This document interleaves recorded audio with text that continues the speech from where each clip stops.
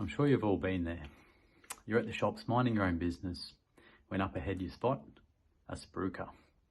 Now, I don't know what the correct terminology is for them, but you know what I mean. Usually a person outside Coles or Woolies at a small table, clipboard in hand, and they're not afraid to make small talk with you and try and sell you something. I know when I used to have a big beard, I'd often get from them a comment, with great beard comes great responsibility, or what's the secret to growing a beard? More recently, I had someone say to me, here he is, and which made me suddenly think, how do I know this person? These people have a great ability to keep us engaged in a conversation that we may not actually want to be in. So why do we have such trouble politely saying no thanks and walking on? Well, part of it might be that we've just been raised with standards of politeness and rules of etiquette, and so it just feels rude to move on when a friendly person is talking to us about our beards. The whole ordeal can be a lot harder for those of us with people-pleasing tendencies. If the verb please means to cause happiness or satisfaction, then people-pleasing isn't a bad thing per se. Who wouldn't want to be a person who causes happiness for other people?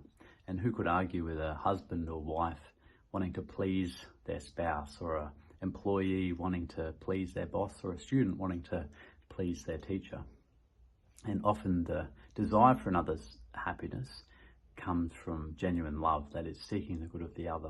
However, people-pleasing can be more problematic when it's used as a defense mechanism to protect us from rejection or from others thinking the worst of us. People-pleasing can cause us to have weak boundaries, can cause us to make decisions out of fear and obligation, can cause us to feel resentment towards those who've put demands on us, and can cause us to have low self-worth. Ultimately, at its worst, people-pleasing is a problem if we seek the approval of others rather than seeking to please God. As St. Paul said, when we speak, we should speak not to please mortals, but to please God who tests our heart. And as St. Peter said before the Sanhedrin, we must obey God rather than any human authority. We might be aware of people-pleasing tendencies or notice the effects, especially when we're feeling burnt out or when we're feeling overwhelmed, having to do a lot for other people and not seeming to get a lot in return. However, sometimes it's easier said than done in breaking free from people-pleasing tendencies. And this is because people-pleasing is usually a long-term habit or behaviour that we may have adopted since early childhood.